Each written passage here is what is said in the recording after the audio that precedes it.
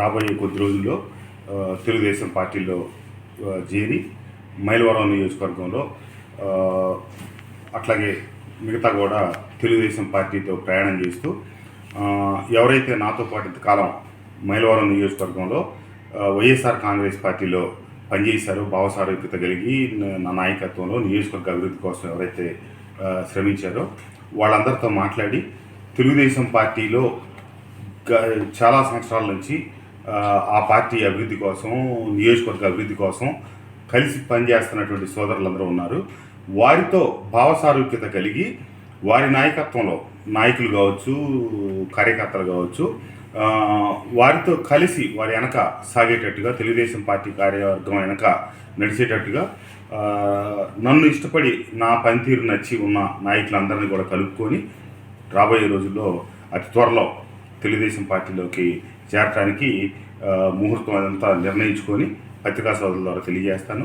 తప్పకుండా నాకేమైతే శాసనసభ్యుడిగా 5 సంవత్సరాలు అవకాశం కల్పించిన నా మైలవరం నియోజకవర్గ ప్రజానీకానికి, అట్లాగే మైలవరం నియోజకవర్గ సమగ్రాభివృద్ధి కోసం నేను నిరంతరం పనిచేస్తానని, నా రాక వల్ల ఏ రకమైనటువంటి తెలుగుదేశం నాయకుల్లో కానీ కార్యకర్తల్లో కానీ గతం నుంచి పార్టీకి వెన్నుదన్నుగా నిలబడ్డ వారికి ఏ రకమైనటువంటి ఇబ్బంది కలగని రీతిలో అందరినీ కలుపుకొని వారిని ముందుండి వారితో పాటు కలిసి సాగుతానని, నా వల్ల తెలుగుదేశం పార్టీకి మంచి జరుగుతుందో తప్పితే ఏ రకంగా కూడా ప్రత్యక్షంగా కానీ పరోక్షంగా కానీ ఏ రకమైనటువంటి ఇబ్బందులు కలగని స్థితిలో ముందుకు సాగుతానని, ఏవైతే ఈ రాష్ట్రాన్ని అభివృద్ధి పదంలో ఒకనాడు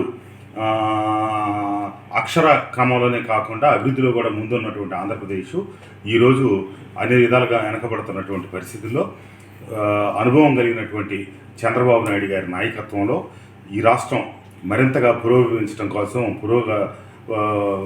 పురోభివృద్ధి సాధించడం కోసం వారి నాయకత్వంలో వారి అడుగుజాడల్లో నడవటానికి సిద్ధమయ్యి తెలుగుదేశం పార్టీలో చేరబోతున్నానని చెప్పి తెలియజేస్తూ చేరే తేదీ ఈ ఇతర వివరాలన్నీ కూడా అతి త్వరలో మీ అందరికీ తెలియజేస్తానని చెప్పి థ్యాంక్ యూ. నియోజకవర్గంలో నాయకులతోటి, టీడీపీ నాయకులతోటి, కార్యకర్తలు ఆల్రెడీ టచ్లో ఉన్నారు. నాకు దాని గురించి చెప్తారు. నేను టచ్లో ఉంటాం అంటే ఇట్లా పార్టీలో చేరుతున్నాననే విషయం రూఢి అయిన తర్వాత కొంతమంది నాయకులు నాకు ఫోన్లు చేశారు. అదే ఇట్లా అవును అని చెప్పి నేను చెప్పడం జరిగింది. వారిని ఈ రోజు నుంచి రాబోయే 2 రోజులు 3 రోజుల పాటు ముఖ్యులందరినీ, మండల నాయకుల్ని, అట్లాగే మండల పార్టీ అధ్యక్షుల్ని వారిని కలిసి ఎవరెవరు ప్రధానమైనటువంటి కార్యవర్గ సభ్యులు అందరూ ఉన్నారో వారిని అందరికీ ఇళ్ళకి వెళ్ళి వ్యక్తిగతంగా వచ్చే 3 రోజుల పాటు కలుస్తాను. తదుపరి పార్టీలో చేరే తేదీని నిర్ణయించి వారందరికీ చెప్పి వారందరి అనుమతితో వారందరితో కలిసికట్టుగా ముందుకు సాగుతాను. అది పార్టీ అధిష్టానం నిర్ణయానుగుణంగా నేను నడుచుకుంటాను. పార్టీ అధిష్టానమే ఆ వివరాలన్నీ నిర్ణయిస్తుంది, వారు ఫైనలైజ్ చేస్తారు. వారి నిర్ణయానుసారమే నేను ముందుకు సాగుతాను. సార్, ఉమా గారితో మీ ప్రయాణం ఎలా కొనసాగుతుంది? ఉమా గారితో నాకు ఎటువంటి ఆస్తి తగాదాలో ఇతరత్ర వ్యవహారాలు లేదు. రాజకీయంగానే మేమిద్దరం కొద్దిగా 2018 నుంచి వారి మీద నేను పోటీకి వెళ్ళా కాబట్టి వారు నన్ను కొంచెం వ్యక్తిగతంగా దోషంలో దిగటం, అదే మేరకు నేను కూడా కొన్ని ప్రతిస్పందనలో రావటం, ఇట్లా మా ఇద్దరి మధ్య అనేది కొంత వ్యక్తిగతమైనటువంటి స్థాయికి అది వెళ్ళింది. కానీ అది సరైనది కాదు. నేను రాజకీయాలు ఎన్నోసార్లు గతంలో కూడా చెప్పాను, మన రాజకీయ ప్రత్యర్థులమే తప్పితే వ్యక్తిగతమైనటువంటి మనకేం వైరం లేదని చెప్పి, అలాగే రాజకీయంగా ఈ రోజున వారి దగ్గరికి అదే పార్టీలోకి ఆ వేదిక మీద నేను వస్తున్నాను కాబట్టి వారందరితో కూడా కలిసి పనిచేయడానికి నేను సిద్ధంగా ఉన్నాను. తెలుగుదేశం పార్టీ బలోపేతం కోసం, ఈ జిల్లా, ఈ రాష్ట్ర అభివృద్ధి కోసం అందరితో నేను కలిసి ప్రయాణం చేయడానికి నేను అందరూ పార్టీకి క్రమశిక్షణ కలిగినటువంటి సైనికుల్లాగానే ఉంటారని నేను భావిస్తూ ఉన్నాను. ఆ మేరకు ప్రతి ఒక్కరిని వ్యక్తిగతంగా కలుస్తాను. రాబోయే పరిణామాలు ఏ రకంగా జరుగుతాయో అన్ని చూద్దాం. వైసీపీని వేయడానికి గల కారణాలు, పరిస్థితులు ఎలా దారితీసింది? నేను గతంలో చెప్పాను,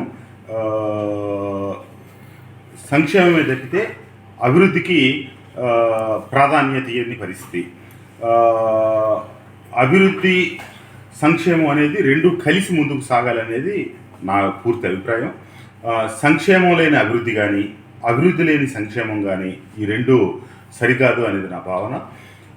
కానీ ఆ రెండింటిని బ్యాలెన్స్ చేసుకుంటూ ముందుకు సాగాల్సిన పరిస్థితుల్లో ఒకదాన్ని మీదేసుకొని అభివృద్ధి అనే దాన్ని పూర్తిగా పక్కన పెట్టడాన్ని నేను జీర్ణించుకోలేక నాకు నమ్మి ఓట్లు వేసిన ప్రజలకి కొంతమేరకు నేను అభివృద్ధి చేయగలిగాను చెప్తే నేను అనుకున్న మేరకు నా లక్ష్యాలు నేను చేరుకోలేకపోయాను. అది బాబు గారి వల్లనే సాధ్యమవుతుందని, చంద్రబాబు గారి నాయకత్వంలో అయితేనే నేను అనుకున్న అభివృద్ధిని పూర్తిగా సాధించగలుగుతాననే ఉద్దేశంతో ఈ నిర్ణయం తీసుకోవడం జరిగింది. తప్పకుండా ఎట్టి పరిస్థితుల్లో కూడా గతంలో ప్రజలకి ఎల్లకాలం చాక్లెట్లు బిస్కెట్లు ఇచ్చి పబ్బం గడుపుకుందాం అనే దానికి కాకుండా నేను గడప గడప తిరిగినప్పుడు కానీ నియోజకవర్గంలో ఎస్సీ కాలనీలు బీసీ లోకాటిలు తిరిగినప్పుడు చాలామంది తల్లులు నన్ను అడిగారు, మేము ఎంతకాలం ఈ ఇచ్చే సంక్షేమ పథకాలు లేకపోతే ఈ అమ్మఒళ్ళు చేయూతులు వీటి మీదే ఆధారపడి బతకాలి, మా ఇంట్లో మా బిడ్డలో రాజశేఖర రెడ్డి గారి హయాం నుంచి ఫీజు రియంబర్స్మెంట్లు వల్ల, అట్లాగే చంద్రబాబు నాయుడు గారి హయాంలో విదేశీ విద్యాదేవుల్లో ఇట్లాంటి అన్ని కార్యక్రమాలతో ఉన్న బిడ్డలో వారి భవిష్యత్తు ఏంటి, వాళ్ళకి ఉద్యోగ అవకాశాలు ఏంటి, ఇక్కడ ఉద్యోగ కల్పన ఏంటి, మా పిల్లలకు ఉద్యోగాలు ఇప్పించరా అని చెప్పి అడిగారు. మనం అభివృద్ధిని చూపిస్తే, మౌలిక వసతులు ఏర్పాటు చేస్తే, పరిశ్రమలు వస్తే బిడ్డలకు ఉద్యోగాలు దొరుకుతాయి. ఆ రకంగా ఆ కుటుంబాలు వారి కాళ్ళ మీద వాళ్ళు నిలదొక్కుకోవడానికి మనం ముందు చూపుతో సాగాలి తప్పితే ఎప్పుడు మనం వేసే చాక్లెట్లు బిస్కెట్లు తిరిగి ఆ కుటుంబాలు పూర్తిగా సర్వతోముఖాభివృద్ధి చెందుతాయి అనే భావన ఎట్టి పరిస్థితిలో కరెక్ట్ కాదు.